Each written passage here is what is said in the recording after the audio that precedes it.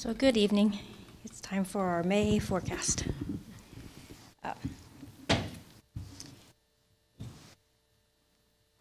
So as we're getting ready to end 2024 and celebrate our graduates next week, we are also ending our kindergarten year of 2037. And we continue to make sure we're living our mission of creating a responsible learning environment where all students are valued, challenged, and guided along their pathway to success. And we use the strategic plan, including financial stability, as our pillars to drive all our decisions that we make as a district. So with the financial stability, we are encouraging continuous communication to make sure our community understands how our schools are funded, how we spend our funds, and what our needs are as a district. We also align our district resources to our instructional priorities, and we have that transparent funding cycle that we continuously inform and talk to our community about. In the state of Ohio, the state requires local communities to fund their local public school district for basic education, and then they require anything above basic education as well as infrastructure to be 100% locally funded. With the foundation formula, the state looks at the capacity of a local school district, the community, and for our district, the state requires 70% to be funded by our local community, and then the state pays the difference, or the other 30% for basic education. So it's not a matter of if a public school needs funds, but it's a matter of when. As a district, we not only create plans to sit on a shelf, but we're continuously planning. We're looking at ways that we can dig deeper and look long-term to make sure we're planning not only for today, but also for the future. And we are looking into how this information affects our day-to-day operations. For our financial stability, we do careful monitoring and control of our expenditures. We look for cost savings measures and economies of scale, and we need to make sure that we stay in compliance with local, state, and federal laws and guidelines. When we look at our expenditures, we're making sure that we're authorizing our expenditures based on our planning, our forecasting, and our benchmarking. So when we're talking about planning as a district, we want to maintain our community partnership that says we are not going to grow our operations more than 3% annually, that we maintain 60 days of cash balance, that we have a levy cycle that is 5 mills in a 5-year rolling levy cycle, and we are aligning our resources to our instructional priorities. When we're looking at forecasting, we do our November and our May update 5-year forecast. We have a textbook replacement schedule, we have a bus replacement schedule, we have a technology replacement schedule, and now we have a capital maintenance plan. And when we're looking at benchmarking, we want to make sure that we're spending at least 70% on instruction and no more than 10% on administrative costs, which include not only administrators, but also any office and supports staff. We look at class size targets and a staffing plan. We have a per pupil or a per staff budget allocations, as well as some of our budgets are based on square feet allocations for things like utilities and cleaning schedules. And last year, our instruction was 72%, our operations were 21%, and our admin was 7%. So we do have a resolution of financial parameters as well as community partnership. This was first passed in May of 2019, and we renewed it in November of 21 and again in November of 23. It caps our operations at no more than 3% growth. It has a continuous commitment to increasing student achievement, and also tells the community that we're going to maintain their investment in their facilities and technology. When it comes to our facilities, we still have 6 buildings that are over 50 years old and need to be replaced. We need safety and security upgrades. We have a requirement that any renovations that we are to do to our buildings require us to bring the building up to ADA compliance. We had $46 million in deferred maintenance, of which we've used $6 million from the ESSER funds to upgrade our HVAC. And our middle schools are over capacity, using all the additional spaces for instruction. So what have we done to address our deferred maintenance? We have created this year a capital maintenance improvement fund. We seeded that with $10 million from our one-time carryover cash. This capital maintenance fund is to address our 3 newer elementary schools, as well as Montfort Heights Elementary. It is funded by a $500,000 per the state guidelines. When you're in a state program, they require you to either pass a $500,000, or we chose to put a $500,000 from our permanent improvement fund towards the capital improvement plan. And then we also funded $20 million towards our master facilities plan. This currently is being funded additionally with any Colerain Township TIF payments. And then once the buildings are built, the TIF payments will move into the capital improvement plan to maintain buildings moving forward. For our continuous communication with our community, every summer we produce an annual budget document. This is given to our community, shows what the budget is for the next year, as well as what our goals are as a district and where we are on those goals, what year we're at, how we are achieving in those goals. In May and November each year, we do a 5-year forecast presentation, as we are doing tonight. We also have our CAFR and financial statements that are sent out every winter around December to February, audited financial statements so that our community understands where we're at as our financial. And then we have an annual PAFR that we send out each fall that we send to all our residents in the community. And we do this to make sure our community is informed of how we are funded, how we're utilizing our funds, and what our needs are as a school district. So our 5-year forecast. So our update on how we're looking for the year. Now we do have 2 expiring emergency levies. A $7.3 million expires in December of 27, and an $11.3 million expires in December of 29. Without renewal of these emergency levies that we are currently using for day-to-day operations right now, we would either have to reduce operations or renew these emergency levies. But the operational impact on our financial stability. So in our revenue, about 59% or 60% of our revenue comes from local property taxes. A third of our budget comes from the state.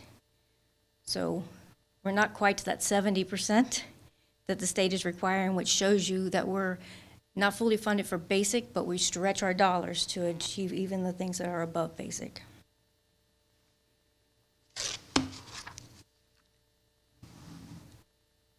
And for our property tax values, 81% of our property taxes are collected on our residential property, and 14% are commercial property. Revenue drivers, when you're at the 20 mil floor, which we have achieved, and this was set by law in 1976, but when you're at the 20 mil floor, you actually have growth. So as valuation increases, you get the growth from that valuation increase. When you're below the 20 mil floor, your taxes are flat when passed. There is no growth in revenue. You have to pass additional taxes in order to have revenue growth. Legislative actions. There's the biennial budget every 2 years. There are unfunded mandates that are put on us, like the high dosage tutoring, various things throughout each year that happen to the school that we would have to make changes to our funding. And then enrollment. The foundation formula is based on enrollment, so as enrollment changes up or down, the formula changes. For our property taxes, our current valuation is $2.3 billion, or $2.3 million per mil that is assessed for our community. We actually exceeded 2005 valuation for the first time in 2020.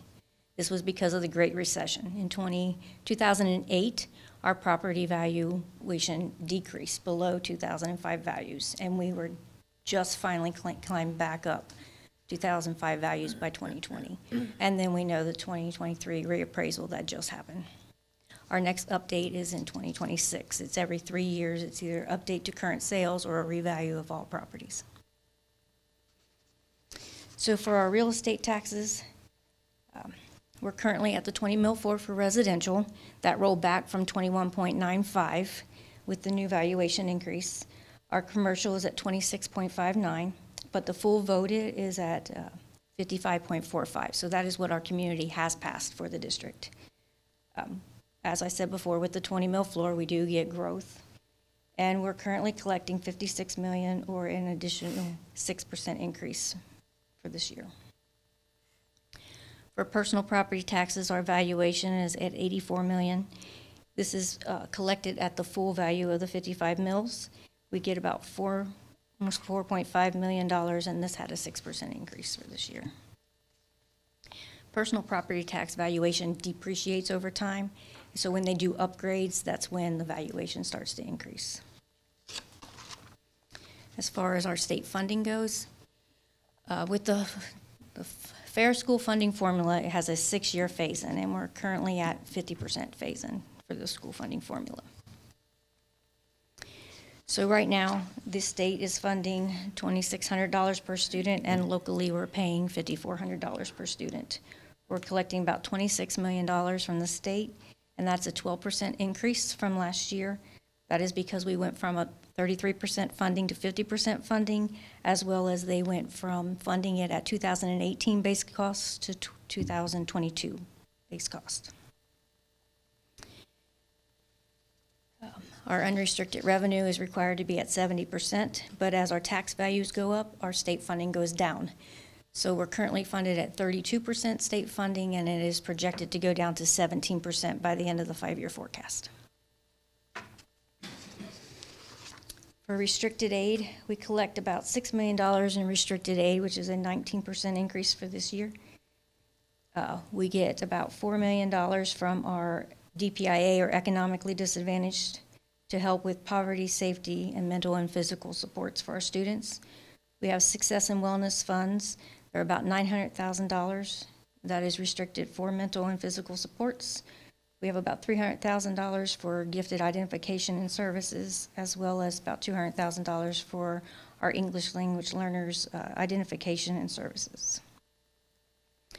And then for our property tax, the state does property tax credits, which they pay for homeowners 10% on their property, 2.5% for the acre your house sits on, as well as homestead exemptions for individuals, seniors over 65, and other income eligibility requirements.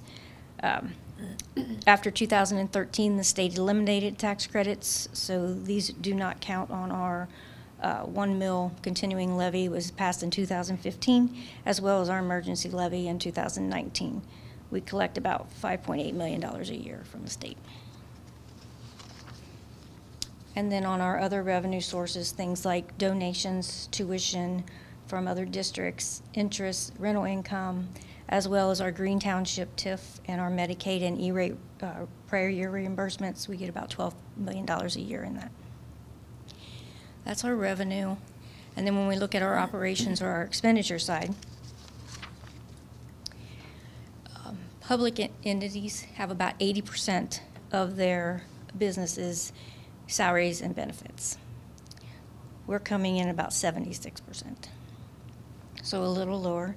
But our purchase services, so things like the Hamilton County contract that you were just talking about a little bit ago on the services for related services, tuition, utilities, about 18% for that. And our supplies are usually around 3%. This year it has climbed up to 4%, but that is a state grant that we received.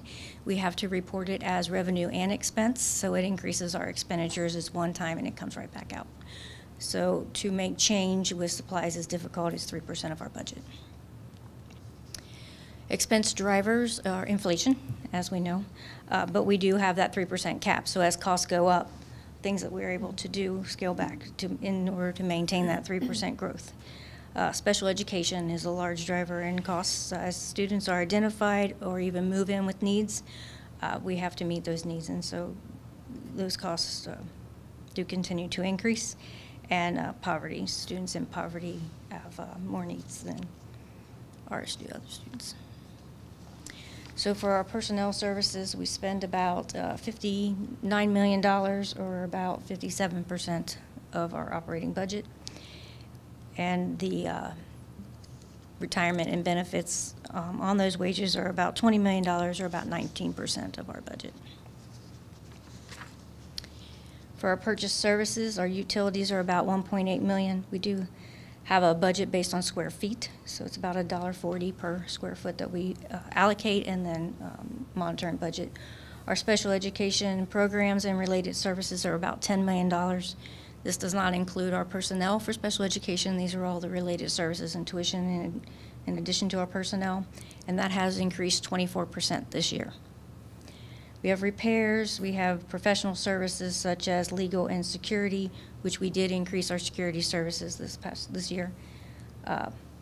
Property and vehicle insurance, our homeless and foster transportation. This is an unfunded mandate. When it first started, we were at $300,000, and we're up to $1.5 million, and it continues to increase. And sub-services this year was $1.3 million in total in sub-costs. Sorry, that was about $18 million of our budget, or about 18%. So our supplies and materials, these are our student and teacher instructional supplies and materials, as well as custodial cleaning and health and hygiene products. Our maintenance parts, transportation parts, fuel, tires.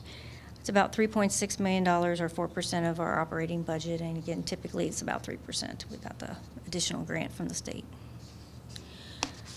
Capital outlay, we spend about $200,000, or less than 1% of our budget on capital outlay items, and these are for technology replacements, sometimes bus purchases if it's not all covered in our permanent improvement fund, as well as repairs and maintenance.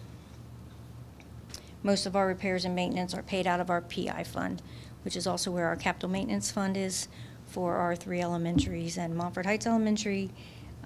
Our other buildings, we have an $800,000 budget for the other 6 per year to try to maintain those buildings.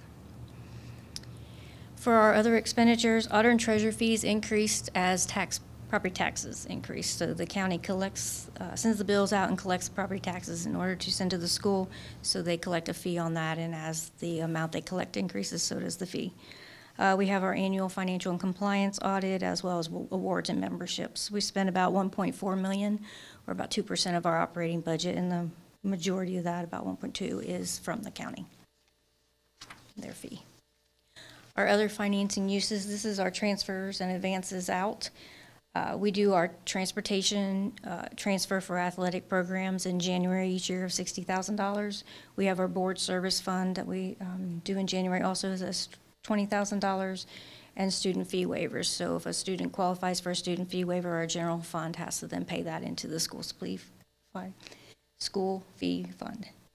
And then for advances out, when we close the fiscal year, if a grant fund that we have to spend the funds in advance to get a reimbursement from the state and federal government, if that fund's going to be negative at year end, we have to advance it from general fund just to roll over into July and advance it back. It's a timing piece. Happens at year end only. It's about $200,000 in total, and it's less than 1% of our operating budget.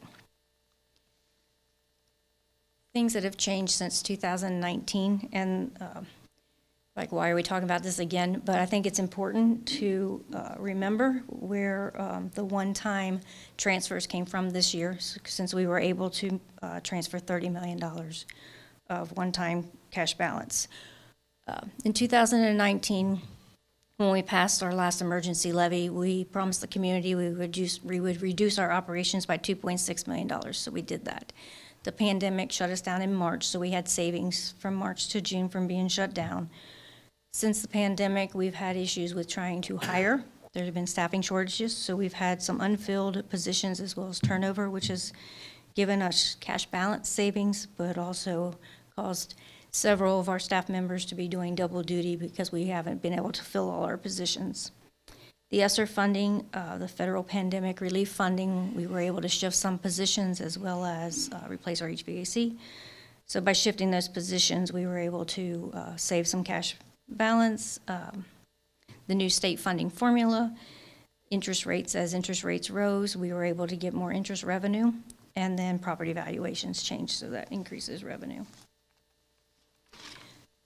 So the reason I went over that is what effect it has on our cash balance. So cash balance, we want to make sure that we have a cash balance policy and 60 days on hand to protect our community from unexpected events such as downturns in the economy, increases in inflation, natural disasters, capital needs, as we know we have.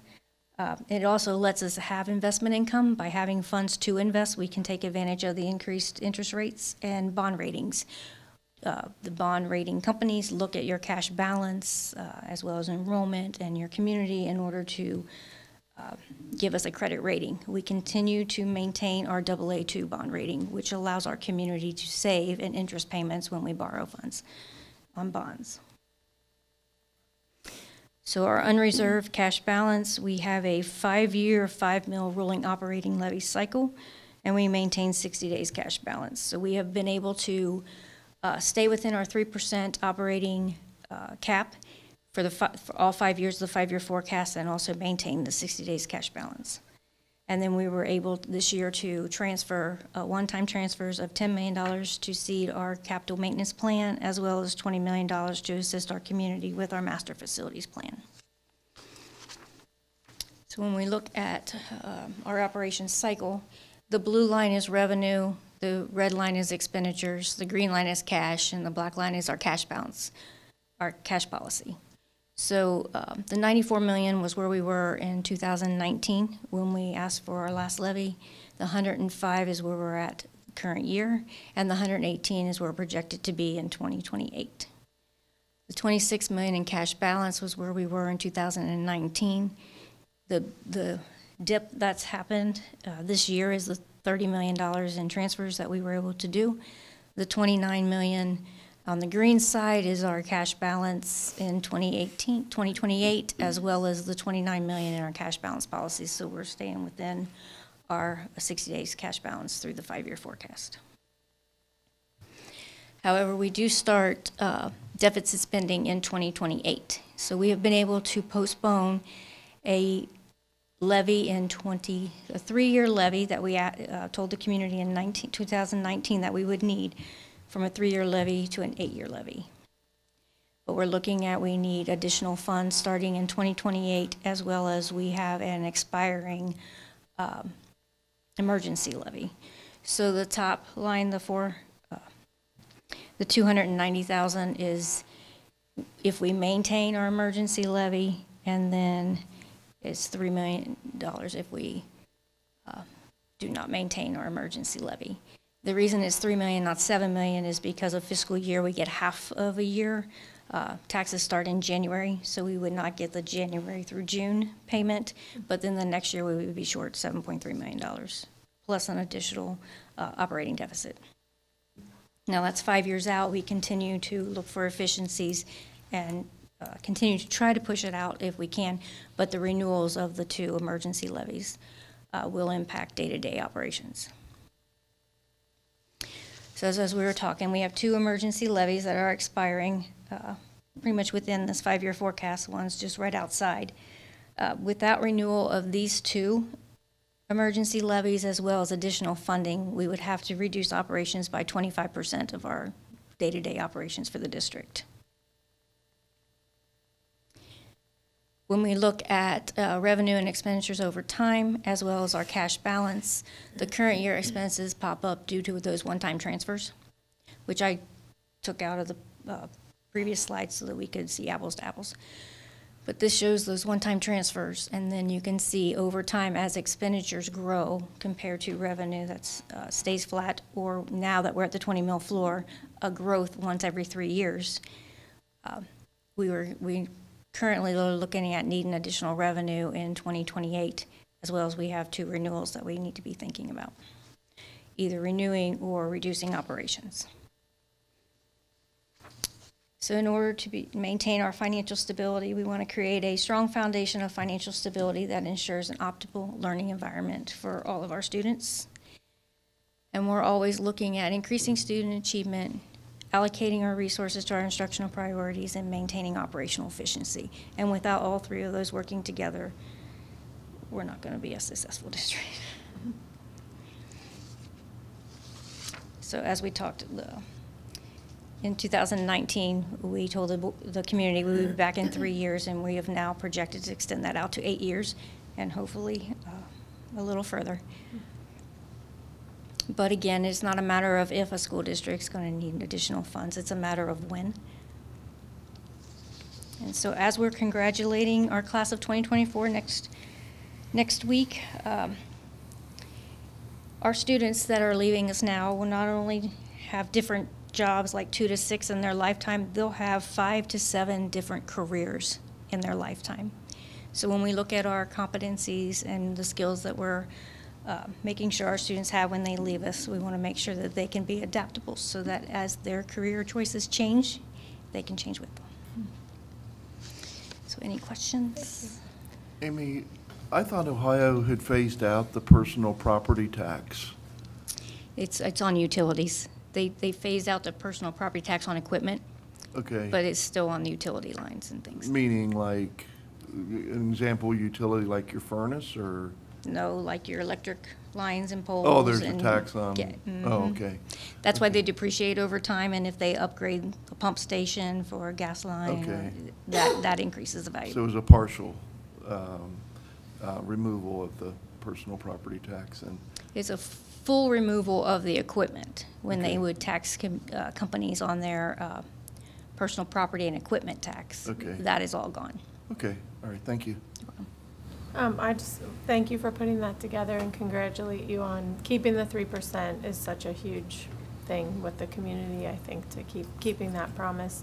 And also the rating with the state to keep the interest rates that we have. I was wondering if there's a way we could have like Treasurer's Tuesday or something, just every Tuesday put out something from that, because people are, by choice, so uninformed about all this great information. I don't know, just a way to push it. Keep it coming out. In small pieces. I don't know, I'm just thinking ahead of levy season, if we could get something out to people, or even a one-page something about some of this, just in layman's terms that people could understand. It's such great information, and it really shows how you've been proactive to keep us from the 3 years and in the levy cycle. So I don't know, just a couple thoughts. It is a team effort. We'll look into that. We'll figure Okay. out something Yeah, just thinking out loud. Snippets Ways to or get it the out. community newsletter or something to keep pushing pieces out. The 3% is getting more difficult to, Sure. but we continuously talk about it and make shifts. So if a need increases in one place, where are we shifting it from? Because that's what we have to do. Yeah, I mean, just like every groceries, for our food services, everything has gone up. Yes. It doesn't mean we're charging people more or getting more money from the state, so it has to come from somewhere. Yes. So I really appreciate it. Thank you. Thank you. Okay, so with that, I ask the board to approve the May 5-year forecast and assumptions as presented.